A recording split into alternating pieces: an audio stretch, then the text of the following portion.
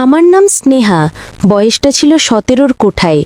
সেই সময়টা ছিল আমার বিদ্যালয় জীবনের চূড়ান্ত পরীক্ষার জন্য প্রস্তুতির কাল।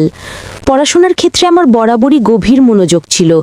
এর একটি বিশেষ কারণ হলো আমার বাবার অকাল প্রয়াণের পর আমার মা একটি শিক্ষাদান কেন্দ্রে পড়াতে শুরু করেন। সেখানে ছোট ছোট ছেলে মেয়েদের শিক্ষাদান করে মাসিক যে সামান্য অর্থ উপার্জন হতো তা দিয়েই আমাদের মা মেয়ের সংসার কোনো মতে চলতো। তাই আমি ভেতরে ভেতরে প্রতিজ্ঞা করেছিলাম যে আমাকে যত দ্রুত সম্ভব নিজের পায়ে দাঁড়াতে হবে, মায়ের সাহারা হতে হবে এবং তাকে সব দিক থেকে সাহায্য করতে হবে। আমি যেমন আমার মায়ের কথা ভাবতাম, ঠিক তেমনি আমার মাও আমার ভবিষ্যতের কথা ভেবে সর্বদাই উদ্বিগ্ন থাকতেন। মা আমাকে যে আদেশ বা পরামর্শ দিতেন আমি সেটাই অক্ষরে অক্ষরে পালন করতাম। আমি কখনোই মায়ের কথার অবাধ্য হতাম না, কারণ আমি এটা খুব ভালোভাবে উপলব্ধি করতাম যে আমার মা আমার জন্য যা কিছুই করেন তা আমার ভালোর জন্যেই করেন। কিন্তু সেই রাতে আমার গর্ভধারিণী মা আমার সাথে যে আচরণ করলেন তা শুনলে আপনারাও বিস্মিত হবেন। সেই রাতে আমার মা আমার কক্ষে একজন যুবককে প্রবেশ করিয়ে বাহির থেকে দরজার ছিটকিনি তুলে দিয়েছিলেন। তখন আমার পরনে ছিল পাতমা কাপড়ের একটি কালো রাত্রিবাস, যা কিছুটা খোলামেলা ছিল, কারণ আমাদের গৃহে আমি আর মা ছাড়া দ্বিতীয় কোনো ব্যক্তি থাকতো না। তাই আমি নিজের আরামের কথা চিন্তা করেই ওই পোশাকটি পরিধান করেছিলাম এবং বিছানায় শুয়ে পড়াশোনায় মগ্ন ছিলাম। কিন্তু অনাকাঙ্ক্ষিতভাবে আমার ঘরের মধ্যে সেই যুবককে দেখে আমি স্তম্ভিত হয়ে গেলাম। আমি তখন বিস্ময়ে হতবাক এবং প্রচণ্ড ক্রোধে ফেটে পড়ে ছেলেটিকে জিজ্ঞাসা করলাম, কে আপনি? কোন সাহসে আপনি আমার কক্ষে প্রবেশ করেছেন? ছেলেটি একটি কুটিল হাসি হেসে আমাকে অত্যন্ত খারাপভাবে স্পর্শ করে বলল, তোমার জননীই আমাকে এই ঘরে পাঠিয়েছেন। ছেলেটির মুখে এই কথা শুনে আমি আরও বেশি হতভম্ব হয়ে গেলাম এবং ঘরের ভেতর থেকে চিৎকার করে মাকে ডাকতে শুরু করলাম, মা, তুমি কেন এমন করছো?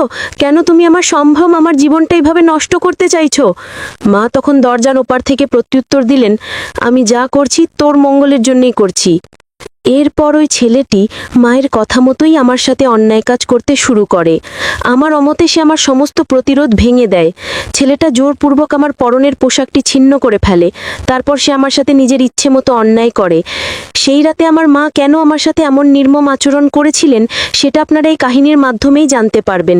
কেন আমার গর্ভধারিণী মা আমার জীবনটাকে ধ্বংসের পথে ঠেলে দিলেন। কাহিনীটি শোনার পর আপনারাও নিশ্চয়ই হতবাক হবেন। তাই গল্পটি শুরু থেকে শেষ পর্যন্ত শোনার জন্য অনুরোধ রইল।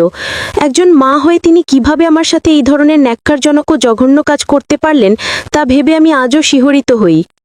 তখন আমার বিদ্যালয়ের শেষ বর্ষ চলছিল। আমি মায়ের শিক্ষাদান কেন্দ্রেই ভর্তি হয়েছিলাম, কারণ অন্য কোনো প্রতিষ্ঠানে পড়তে গেলে অনেক অর্থের প্রয়োজন হতো, যা আমাদের পক্ষে যোগান দেওয়া সম্ভব ছিল না। সেই কথা চিন্তা করেই আমি মায়ের কাছে পড়া শুরু করি। সেই কেন্দ্রে বিশাল বলে একটি ছেলে পড়ত। তার বাবা ছিলেন শহরের একজন প্রতিষ্ঠিত বিত্তশালী ব্যবসায়ী। শহরে তার বাবার যথেষ্ট খ্যাতি ও প্রতিপত্তি ছিল। বিশাল যখন কেন্দ্রে আসতো তখন সে একটি অত্যন্ত দামি গাড়িতে চড়ে আসতো। এমনকি বিশাল ক্লাসের অন্য কারো সাথেই তেমন একটা কথা বলতো না। কিন্তু যেহেতু সে অনেক ধনী পরিবারের সন্তান ছিল, তাই ক্লাসের প্রায় সকলেই তার সাথে কথা বলার জন্য উদগ্রীব থাকত। তবে আমাদের কেন্দ্রে প্রিয়া নামের একটি মেয়ে ছিল, যে দেখতে অত্যন্ত সুন্দরী ছিল। তার সাথে বিশালের প্রেমের সম্পর্ক ছিল। বিশাল যে প্রিয়াকে গভীরভাবে ভালোবাসত সেটা কেন্দ্রের সকলেই জানত। আমি অবশ্য এইসব ব্যাপারে খুব একটা মনোযোগ দিতাম না। আমি কেবল নিজের পড়াশোনা নিয়েই মগ্ন থাকতাম। তাই আমি কখনো নিজে থেকে বিশালের সঙ্গে পরিচিত হওয়ার চেষ্টা করিনি। একদিন বিশাল একটি নতুন গাড়িতে করে কেন্দ্রে এসেছিল। তার সেই দামি গাড়িটা দেখে আমাদের ক্লাসের সবাই তাকে নিয়ে খুব চর্চা করছিল। সেদিনের পর থেকে মা কেন্দ্র থেকে বাড়ি ফিরে প্রতিদিন আমাকে একটাই কথা বলতেন, স্নেহা, সবাই তো বিশালের সঙ্গে বন্ধুত্ব করতে চায়, কিন্তু তুই কেন ওর সঙ্গে কথা বলিস না? তুইও বিশালের সঙ্গে তোর আলাপ পরিচয়টা কর। আমি তখন মাকে বলেছিলাম, মা, আমি ওখানে বিদ্যা অর্জনের জন্য যাই নাকি কারো সঙ্গে পরিচয় বাড়াতে?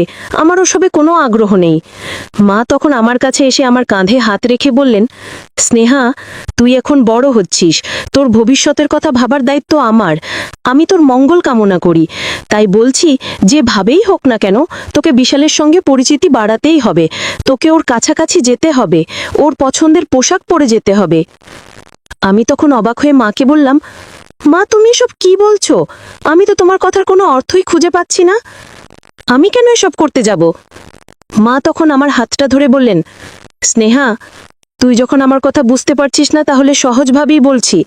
আমি চাই তুই বিশালকে নিজের প্রেমের বন্ধনে আবদ্ধ করবি এবং তাকে তোর প্রতি আকৃষ্ট করবি। শুধু নয় তাই, তাকে প্রেমের পাগল করার জন্য যদি তোকে তার কাছাকাছি যেতে হয় তাতেও আমার কোনো আপত্তি নেই, কিন্তু তোকে যে কোনো উপায়ে বিশালকে নিজের প্রেমের ফাঁদে ফেলতে হবে। মায়ের সব কথা শোনার পর আমি হতভম্ব হয়ে বললাম, ছি, তুমি মা হয়ে আমাকে এসব কথা বলতে পারলে? মা, আমি তোমাকে যে কথাগুলো বললে সেগুলো আমি দুঃস্বপ্নেও কল্পনা করতে পারি না। তুমি আমাকে যা করতে বলছো তা আমি কোনো দিনও করতে পারবো না। তুমি আমার মা হয়ে আমার ভবিষ্যৎটা ধ্বংস করে দিতে চাইছো?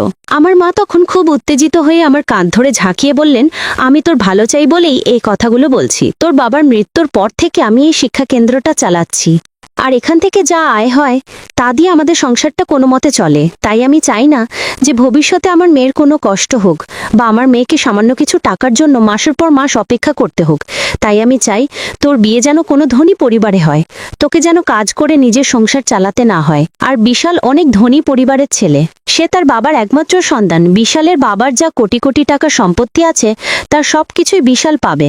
তাই আমি চাইছি তুই নিজের রূপ যৌবন দেখিয়ে বিশালকে নিজের দিকে আকৃষ্ট করবি। আমি যখন মায়ের এই আদেশ পালন করতে সম্মত হলাম না, তখন মা আমাকে আবেগ দিয়ে দুর্বল করার চেষ্টা করতে শুরু করলেন, আর আমি সেই ফাঁদে পা দিয়ে মায়ের কথায় রাজি হয়ে গেলাম।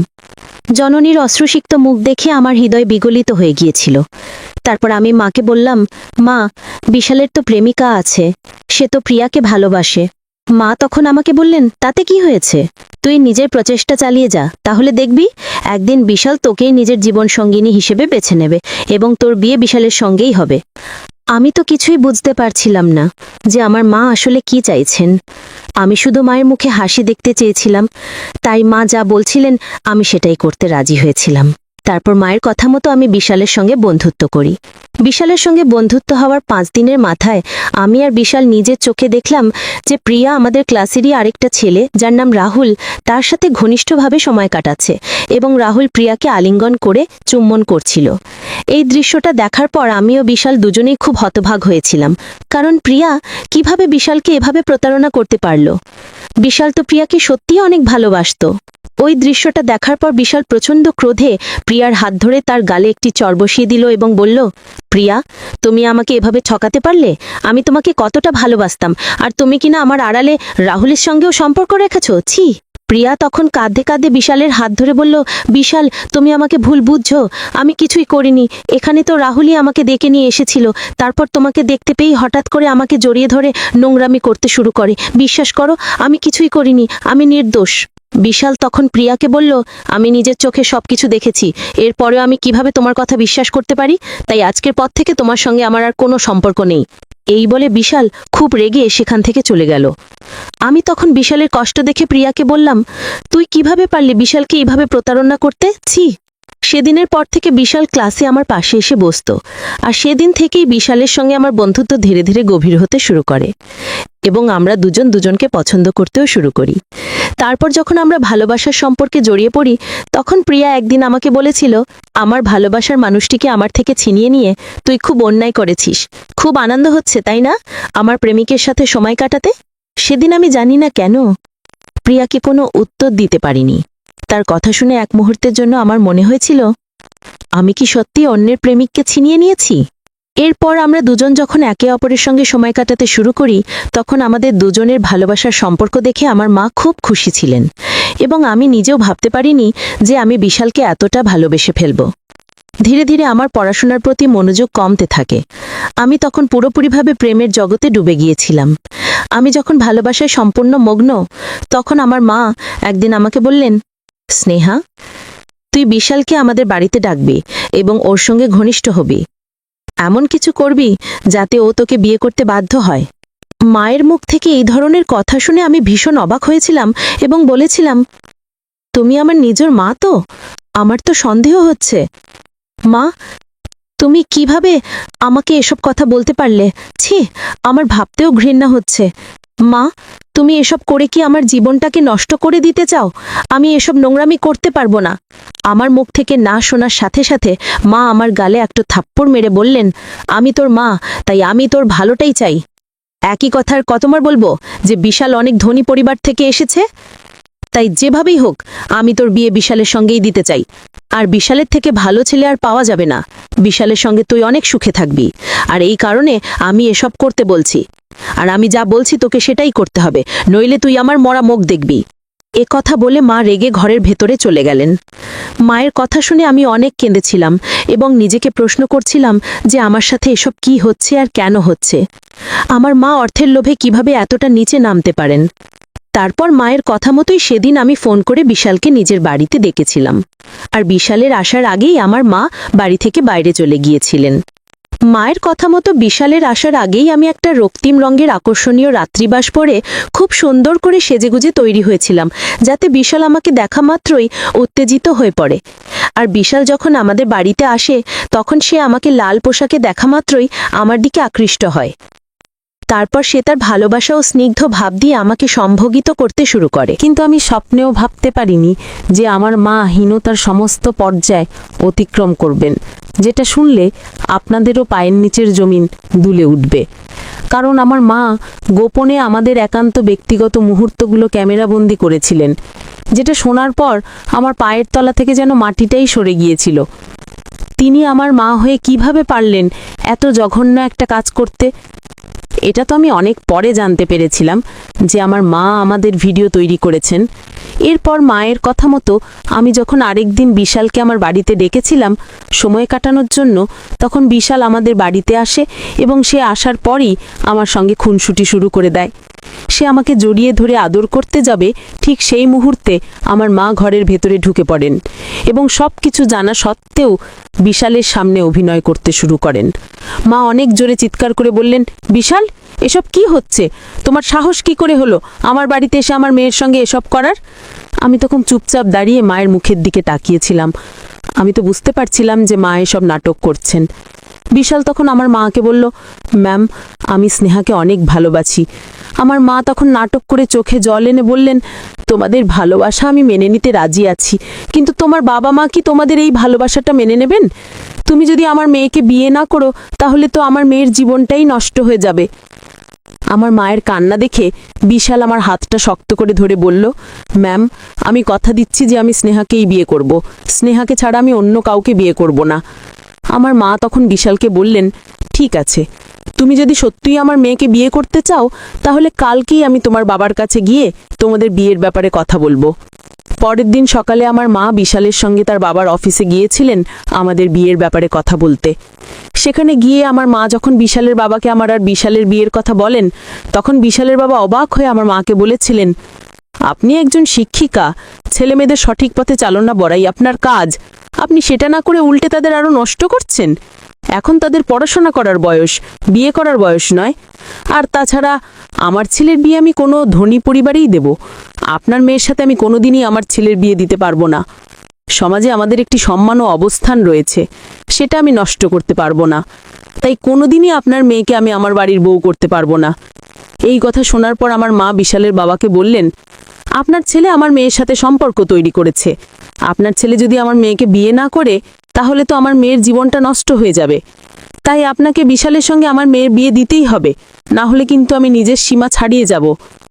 বিশালের বাবা তখন আমার মাকে বললেন, আপনার যা ইচ্ছা আপনি তাই করতে পারেন, কিন্তু আমি কোনোদিনও আমার ছেলের বিয়ে আপনার মেয়ের সঙ্গে দেব না।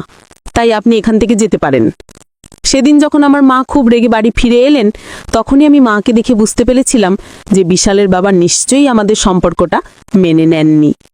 এরপর আমার মা যা করেছিলেন তা ছিল অবিশ্বাস্য।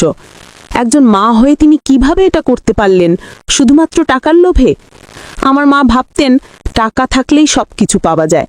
আমার ভবিষ্যৎ উজ্জ্বল করার পরিবর্তে তিনি তা নষ্ট করে দিয়েছিলেন। তার একটা ভুল সিদ্ধান্তের কারণে আমার পুরো জীবনটাই তছনছ হয়ে গিয়েছিল। এত কিছু হবার পরেও আমার মা নিজের জেদে অটল ছিলেন। বিশালের বাবা যখন কোনোভাবেই আমাদের সম্পর্ক মেনে নিতে রাজি হলেন না, তখন আমার মা বিশালের বাবাকে হুমকি দিয়ে আমাদের সেই ব্যক্তিগত ভিডিওটা ইন্টারনেটে ছড়িয়ে দিয়েছিলেন, যার ফলে আমি আর সমাজের চোখে মুখ দেখানোর মতো অবস্থায় ছিলাম না। সেদিন আমি মাকে জিজ্ঞেস করেছিলাম, মা, তুমি কি টাকার জন্য অন্ধ হয়ে গেছো? কিভাবে পারলে তুমি আমার জীবনটাকে এভাবে শেষ করে দিতে? এখনো কি তুমি নিজের ভুলটা স্বীকার করবে না? আমার জীবনে তো আর কিছুই রইল না, তুমি আমাকে শেষ করে দিলে। তোমার কথা শুনে আমি নিজের জীবনটাকে শেষ করে দিলাম। কেমন মা তুমি? আমার মা তখন আমার মাথায় হাত বুলিয়ে বললেন, তোর জীবনটা আমি শেষ হতে দেব না, যেভাবেই হোক আমি তোর বিয়ে বিশালের সঙ্গেই দেব, আমার উপরে বিশ্বাস রাখ। সেদিনের পর থেকে বিশাল আমাকে ঘৃণা করতে শুরু করে। আমি বিশালের সঙ্গে কথা বলার অনেক চেষ্টা করেছিলাম, কিন্তু বিশাল আমাকে ভুল বুঝেছিল। বিশাল আমাকে বলেছিল, স্নেহা, তোমরা মাও মিলে যে এত জঘন্য পরিকল্পনা করতে পারো তা আমার কল্পনারও বাইরে ছিল। তোমার মা আমাদের ভিডিওটা ইন্টারনেটে ছড়িয়ে দিয়েছে, যার ফলে সবাই আমাকেও ঘৃণা করছে। তাই আজকের পর থেকে তোমার সঙ্গে আমার আর কোনো সম্পর্ক নেই। সেদিন কেঁদে কেঁদে বিশালের হাত ধরে আমি অনেক অনুনয় বিনয় করেছিলাম, কিন্তু বিশাল আমার কোনো কথা শুনেনি। সে দূরে চলে গিয়েছিল। মায়ের কারণে বিশাল আমাকে ঘৃণা করতে শুরু করেছিল। আমার মায়ের জন্যে বিশাল আমার থেকে অনেক দূরে চলে গিয়েছিল। সবকিছু যখন শেষ হয়ে গিয়েছিল, তখনও আমার মা চুপ করে থাকেননি। তখনও তিনি নিজের ভুলটা স্বীকার করতে রাজি ছিলেন না। তখন তিনি একটাই জেদ ধরে বসেছিলেন যে আমার বিয়ে বিশালের সঙ্গেই দেবেন। কিন্তু বিশাল এবং তার বাবা যখন আমার মাকে পুলিশের ভয় দেখালেন, তখন আমার মা বিশালকে এই দুনিয়ার থেকেই সরিয়ে দেবার এক ভয়ঙ্কর ষড়যন্ত্র করেছিলেন, যেটা আমি কোনোভাবে জানতে পেরে গিয়েছিলাম। এবং মাকে থামানোর জন্য আমার কাছে একটাই পথ খোলা ছিল। তাই আমি পুলিশকে সবকিছু জানিয়েছিলাম যে কিভাবে আমার মা বিশালের সঙ্গে আমার বিয়ে দেওয়ার জন্য প্রথম থেকে শেষ পর্যন্ত এই ষড়যন্ত্রটা করেছেন। তারপর পুলিশ এসে আমার মাকে গ্রেপ্তার করে নিয়ে যায়। সেদিন আমার ভীষণ কষ্ট হলেও আমাকে এই কাজটা করতে হয়েছিল, না হলে আমার মা হয়তো বিশালকে মেরে ফেলতেন। মায়ের জন্য আমার জীবনে সব কিছু তছনছ হয়ে গিয়েছিল। আমার এমন অবস্থা হয়েছে যে আমি বাইরে বেরোলেই মানুষ আমাকে দেখে ব্যঙ্গবিদ্রুপ আর অবজ্ঞার শিকার হতে হয়। সবাই আমাকে দেখে হাসাহাসি করে। ওদিকে বিশাল আমার সঙ্গে সব সম্পর্ক ছিন্ন করে দিয়েছে। সব কিছু শেষ হয়ে যাবার পরেও আমি হার মানিনি। মায়ের একটা ভুলের কারণে আমাদের তিনজনের জীবনটাই নষ্ট হয়ে গেছে। আমি এখন বাড়িতে একাই থাকি আর মনে মনে ভাবি, আমার বাবা যদি আজ বেঁচে থাকতেন তাহলে হয়তো আমার সাথে এত বড় দুর্ঘটনা ঘটতো না। বন্ধুরা, আজকের কাহিনীটি এখানেই সমাপ্ত করছি। গল্পে কোনো ভুল ত্রুটি থাকলে ক্ষমা সুন্দর দৃষ্টিতে দেখবেন। গল্পটি ভালো লাগলে অবশ্যই লাইক, শেয়ার এবং সাবস্ক্রাইব করতে ভুলবেন না।